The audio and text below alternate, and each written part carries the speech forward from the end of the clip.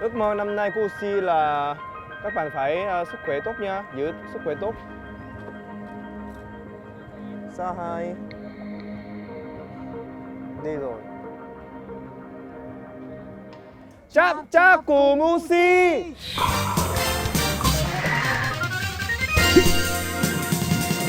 Chào các bạn đến với TV Mùa Uchi. 안녕하세요. Các bạn nhớ subscribe và các bạn nhớ bấm chuông giùm Uchi nha.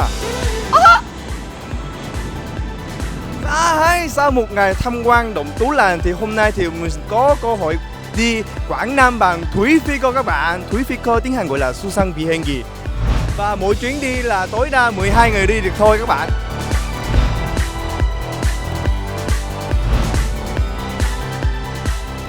Đây là cảng hàng không Đồng Hới và mình sẽ đi thủy phi cơ. Thời gian bay là khoảng chừng 30 đến 40 phút. Và hôm nay rất là vinh dự. Đấy. Và mình có thể ngắm cảnh các lăng Tẩm Triều Nguyễn và quần thể di tích cố đô Huế lớn nhất vùng Đông Nam Á và nơi có 5 di sản thế giới được UNESCO công nhận là một trải nghiệm thú vị. Bây giờ mình sẽ hỏi một câu. Do we need to put as a airplane mode? No need. Có nghĩa là mình chuyến này thì mình không cần để chế độ máy bay mà là mình cứ nói chuyện thoải mái thôi. Bây giờ mình sẽ lên nhé mọi người. Wow, đây là lần đầu tiên. Thank you so much. Thật ra là rất là nhỏ các bạn ạ. Cảm giác cứ như là mình ngồi trên máy bay mà ngồi gan sát vô những người phi công. Nhìn mấy cái bản đồ của phi công rất là xịn mà chắc chắn là mình không có mất hướng được rồi đó. To infinity and beyond.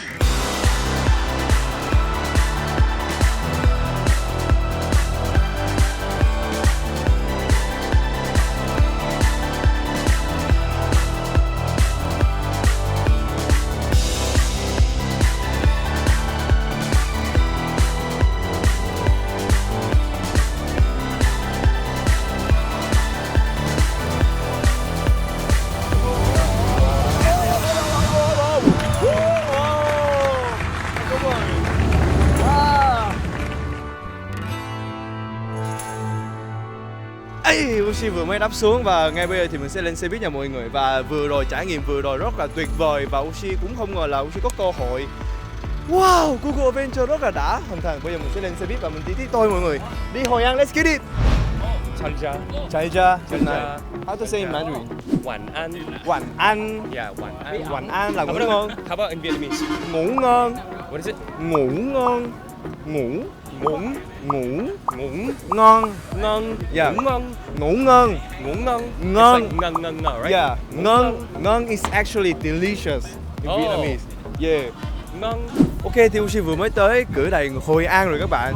Từ Đà Nẵng qua Hội An rồi. Và các bạn nhìn xung quanh này, rất là đẹp. Khoảng 36 độ mà gió nó mát. Mẻ. Cái lồng đèn. Cái lồng đèn. Một cái điểm đặc biệt nhất ở Hội An. Nhưng mà cái đó thì để buổi chiều cho các bạn xem nhé mọi người. Còn bây giờ thì đi ăn thôi. Sa hái. Ok. Wow, đẹp quá luôn á. Ok. Bây giờ mình xuống cái là những cái hoành tráng này lên trắng luôn. Google Avenger Việt Nam. Đấy, cái này là Uchi. Còn bây giờ đi vào trong nhé mọi người. Wow, siêu cổ điện luôn. Wow. Các bạn xem kìa. Có mùi xả nè. Check-in ở đây được. Lồng chim, ghế lồng chim. 1, 2, 3.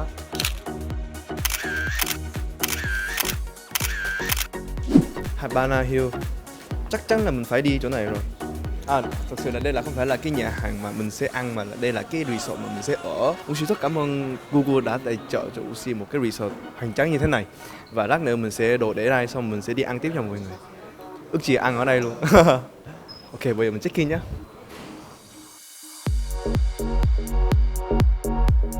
Wow, đẹp quá. Ok, thì ngay bây giờ thì mình đã tới phòng của mình rồi.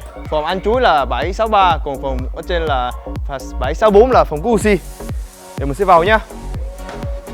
Trời ơi, xịn quá vậy.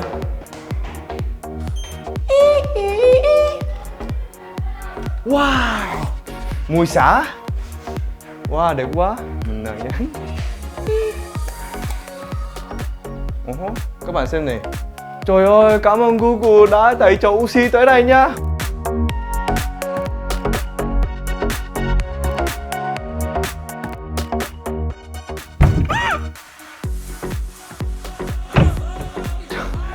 Trong toilet có túp với cả phòng tắm phòng tắm mà kính thấy hết luôn. Để xem. Trời ơi, chắc đã lắm. Ok, thì ngay bây giờ thì mình sẽ dọn đồ xong rồi mình sẽ đi ăn nhé mọi người. Bây giờ thì mình trên đường đi ăn trưa. Anh yêu em vãi. Anh yêu anh vãi. Yeah, perfect. Got Good, it. got it. Ok, thì Ushi vừa mới tới nhà hàng cánh đồng Hội An. Đây là tàu phiêu Hội An Restaurant Bar. Và trước mắt là ở đây thì không có gì cả, mình phải vào trong thì mới thấy được nhà hàng. Wow, cái là gì ta? Và các bạn xung quanh thì toàn là cỏ không mà các bạn. Nên là cái mùi nó rất là thơm và rất là tự nhiên, thiên nhiên. Và ở đây xung quanh của mình thì cũng không có thấy rác nhiều. Cái này lên. Nếu mà bạn nào mà thấy rác thì nên đừng có xả rác như thế. Oh yeah. Sau khi mình đụng rác thì mình cảm thấy rất là thoải mái và mình cảm thấy rất là tự hào, hiểu không? Xong cái bên luôn nè. Còn ở đây thì có lối đi luôn. Wow, có lối đi luôn. Ok, mình tới nhà hàng rồi các bạn ơi. Hội An là nổi tiếng là cái lồng đèn này. Và tối nay mình sẽ đi nè các bạn. Chị ơi, cái này là em lượm rác trên đường tới á, thì chị có tiền. Cảm ơn chị. Ok, bây giờ thì mình sẽ lấy chỗ ngồi và mình ăn cơm nhé mọi người. Sai ASMR ở Hội An.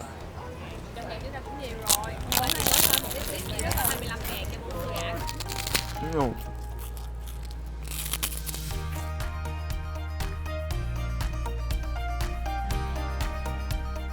Ok, vừa mới ăn chưa xong. Còn bây giờ thì mình sẽ qua phố cổ Hội An nhé mọi người. Let's go. Ok, bây giờ thì Google đã đưa cho mình một cái thử thách. Trong đây thì có 4 thử thách và chỉ cần thực hiện ba cái thử thách là mình thắng được rồi. Nhưng mà hôm nay thì chúng ta sẽ thực hiện cái 4 thử thách hết luôn. Và ngay bây giờ thì mình từ đây mình phải thực hiện cái thử thách số 4 trước. Đó là bây giờ mình sẽ qua cái nhà cổ kính, đúng không? Của Phùng Hưng. Và sau đó mình tới đó và mình chụp với một cái con gì đó ở lầu 2 trên cái balcony. Các bằng gỗ hả? Con vật các bằng gỗ. Ok, không biết con gì. Và ngay bây giờ thì mình sẽ bắt đầu đi nhé mọi người. Chạy. Ok, ngay bây giờ thì mình đã tới cái chỗ này rồi, Phùng Hưng. Và trong đây thì mình phải lên lầu nữa, cho nên là bây giờ mình sẽ lên lầu nhé mọi người. Lên lầu ở đâu thôi? Lên lầu bên kia. Wow, đây trong những phim vậy đó. Dạ, phía trước ở đây. Trước khi mình thực hiện thử thách thì trong đây có rất nhiều du khách. Con cá.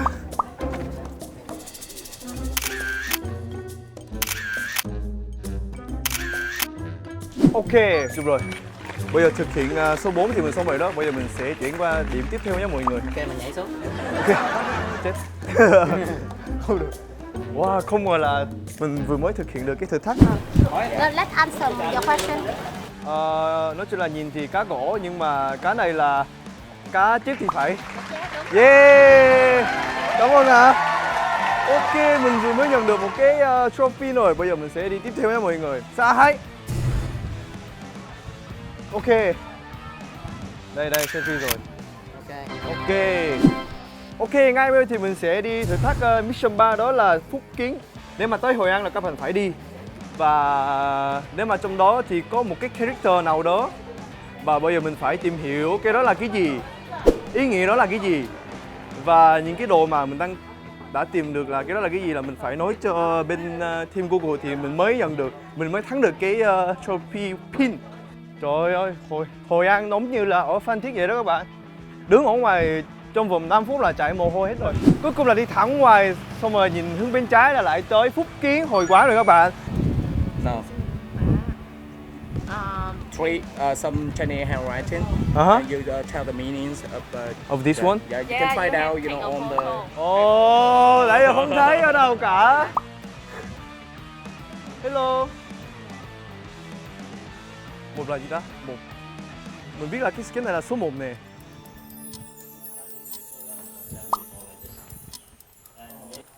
Đúng rồi.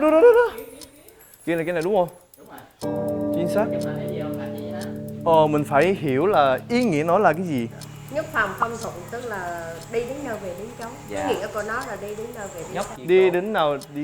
Đi đến nơi Dạ. về đến chốn. Dạ. Nhất phòng Nhất phong thuận. Nhất phong phong thuận. Nhất phong phong thuận. Nhất phong phong thuận. Còn đi đến nơi cái đi đến nơi để đến chốt. Nhất phong phong thuận, còn đi đến nơi đó. Đi đến nơi tới chốn, tôi về tới chốn. Có nghĩa là khi mà người ta đi thuyền á là rất là khó về, thì những cái chút đó là trước khi mà người ta đi thuyền thì người ta chúc người ta là hãy đi và về.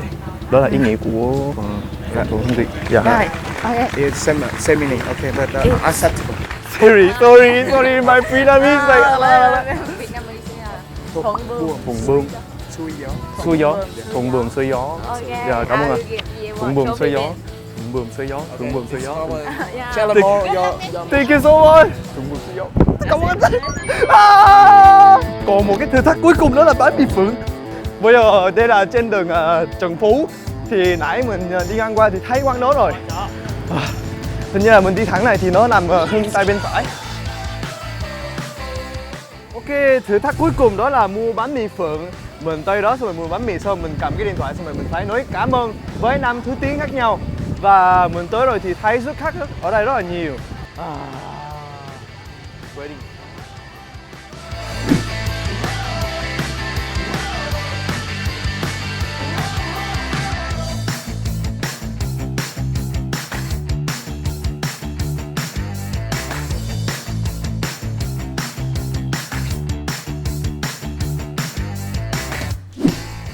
Thank you.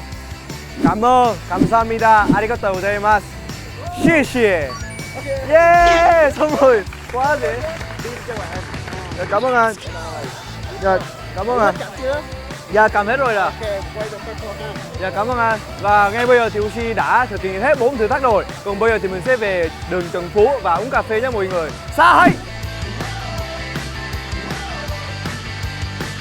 Đây là chợ Hội An, nhưng mà sát chợ Hội An thì bên kia có sông kìa các bạn.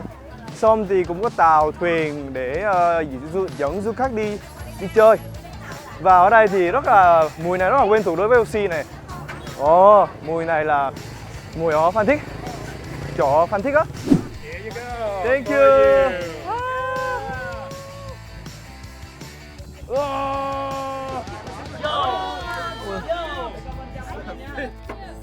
Wow. Không có tóc, có tay thôi à. Oh really? Look at it. Try this. Oh, that's why. Oh.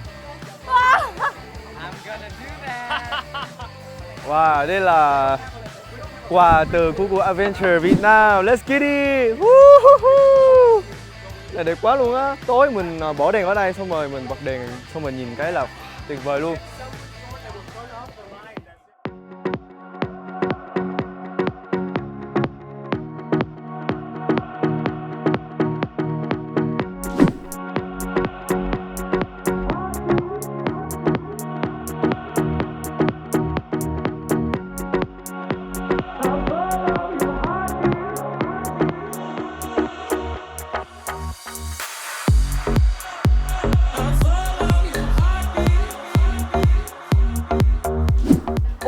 Thì ngay bây giờ là 7 giờ 10 và bây giờ thì Uchi đang đi bộ trên phố cổ Hội An. Thì thấy ở đây rất là đẹp, đèn thì có màu đỏ, màu tím, màu xanh, màu vàng, màu đỏ. Thực sự đây Uchi sống ở Việt Nam được 12 năm và đây là thực sự lần đầu tiên có cơ hội đến Hội An, thì Uchi cảm thấy rất là vinh dự và rất là đẹp. Và mỗi quán đều có một cái đặc trưng riêng của nó. Và ngày hôm nay thì mình sẽ vào nhà hàng ngon. Nhà ngon. Hello. Xin chào, chị biết em không à? Ok. Buồn quá. Tưởng là biết em chứ. Trời ơi, đồ ăn này các bạn. Mình sẽ lên lầu nhé mọi người.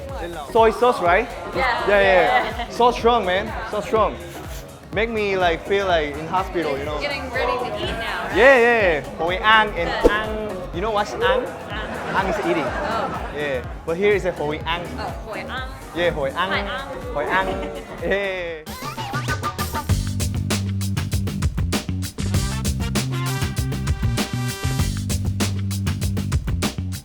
Ok, thì nãy giờ Ushi ăn cơm với mọi người xong thì bây giờ thì mình trên đường tới thả lồng đèn.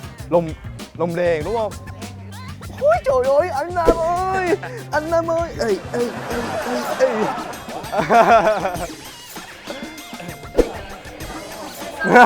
Ok, nice. Let's go, đi tiếp các bạn. Ok anh Nam ơi, bây giờ mình đi hướng nào à? Hướng này, đi hướng này tiếp. Ok, ngay bây giờ thì anh Chuối và Ushi đã lên thuyền và lát nữa mình sẽ đi. Thì thật sự đây là cũng lần đầu tiên và ở đây rất là màu vàng, màu cam, rất là màu sắc, giống như là rainbow vậy đó. Hướng kia thì có cầu, mà bên kia thì có cầu không ta? Thì bây giờ mình cứ đi thẳng nha. Và ngay ở dưới đây thì có hoa đăng các bạn, hoa đăng. Xong rồi lát nữa mình muốn thả khi nào thì mình thả thôi. Và trong khi thả thì mình phải ước mơ năm nay của Ushi là các bạn phải sức khỏe tốt nha, giữ sức khỏe tốt. Sao hai đi rồi. Chap cùng Ushi. Sau khi mình chơi trên thuyền và thả hoa đăng thì mình đã nhận được một cái cục, đó là cultural celebration. Đó, mình vừa mới celeb. Và bây giờ thì mình sẽ gắn vô đây nhé mọi người.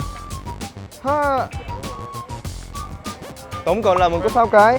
Một là đột tú làng, còn bên đây thì Hội An 1, 2, 3, 4 thử thách và bây giờ thì thử thách một cái này xong rồi. Yeah. Mình sẽ nhớ liền. Cảm ơn mọi người. Ok, thì bây giờ là Ushi vừa mới qua cái cầu Hội An. Và qua bên kia nữa thì có chợ đêm các bạn à. Thì không biết là trong đây có gì. Nếu mà bạn nào mà trong đây có gì hứng thú thì các bạn nhớ comment cho Ushi biết nha mọi người. Còn bây giờ thì mình sẽ đi vào trong. Đây, 맞아요. Hello. Chụp hình đúng không ạ? Cảm ơn ạ. Dạ, cảm ơn. Cảm ơn. Mà đợi anh dễ thương hơn chụp hình. Dạ, cảm ơn. Bye bye ạ. Bye. Ồ, không ngờ là có người nhận ra mình luôn. Nhưng mà thường là mình chỉ biết là cái lồng đèn nó chỉ có vậy thôi, nhưng mà ở đây thì có rất nhiều loại mới. Nói chung là có con chim, rồi có bông hoa, rồi nói chung là có con bướm kìa. Wow, đẹp quá ha. Mà thực sự mấy cái lồng đèn này mình chưa bao giờ thấy ở Sài Gòn. Một ngày trải nghiệm ở Hội An vừa rồi mình cảm thấy rất là hạnh phúc và vui. Và các bạn đi du lịch ở đây thì các bạn nhớ mang cái quạt với cả khăn để tránh mồ hôi. Và ở đây rất là nóng các bạn. Và đi đâu cũng phải cẩn thận đồ của mình nha mọi người. Và các bạn khi mà đi du lịch thì quan trọng nhất là ai? Ở đâu cũng quan trọng, nhưng mà quan trọng nhất là đi với ai, đó là quan trọng nhất. Và Ushi muốn các bạn nếu mà đi du lịch ở Hội An thì các bạn đi cho vui vẻ và ăn chuối rất là vui vẻ nè. Và các bạn nào mà thích xem clip này thì các bạn nhớ bấm chuông và các bạn nhớ subscribe Ushi nhá. Và bạn nào mà muốn ủng hộ anh chuối thì vô kênh anh chuối xem video này mọi người. Còn bây giờ thì bye bye mọi người. Sa hai. Có hoa nào mà dành cho con trai không ạ? Ok. Tôi cũng trở thành một người nhân ở người Hội An rồi. Thì ở đây em cảm giác có như là cũng có thể là một chút Thái Lan, cũng có một chút anh biết cái giống nhất Thái Lan giống gì không? Giống gì anh? Nóng.